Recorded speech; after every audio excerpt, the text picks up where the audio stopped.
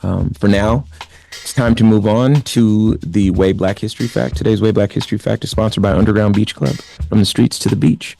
For the latest in beachwear, visit undergroundbeachclub.com. And while we're now a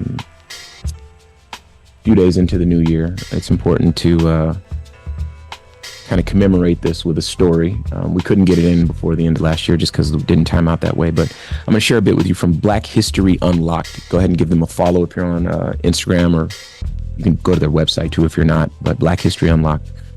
In the years before the Civil War, the first day of the new year was often a heartbreaking one for enslaved people in the United States.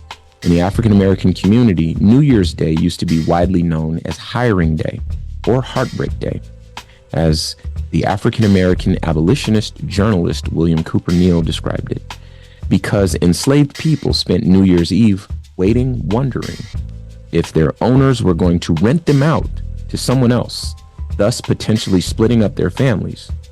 The renting out of slave labor was a relatively common practice in the antebellum South, and a profitable practice for white slave owners and hirers.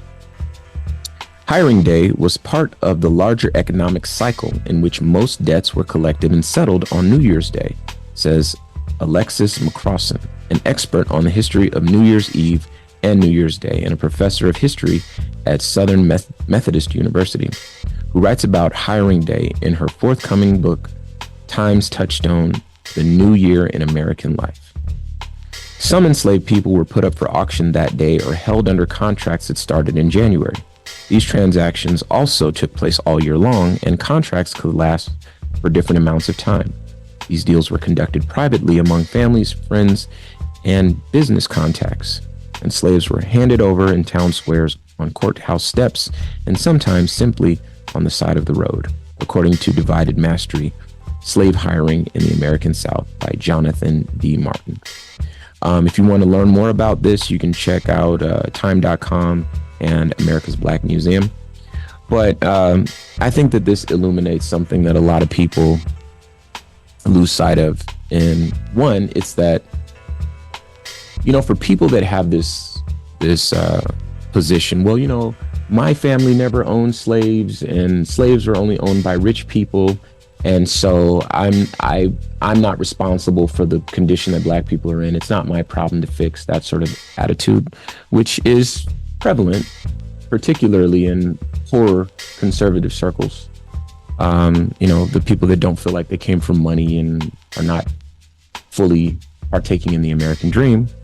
I think that this illuminates a very important fact, which is that you didn't have to own slaves to benefit from slavery.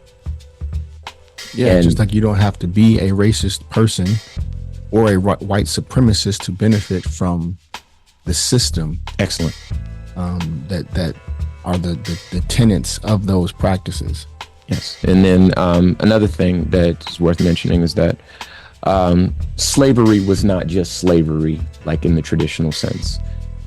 It was also practices like these. There was an infinite number of ways that you could deploy your slaves, and people did that. Everything from slave labor, like you would think, cotton fields, to scientific experiments, to rentals, to perverse sexual stuff, on and on and on. And it's important you know this.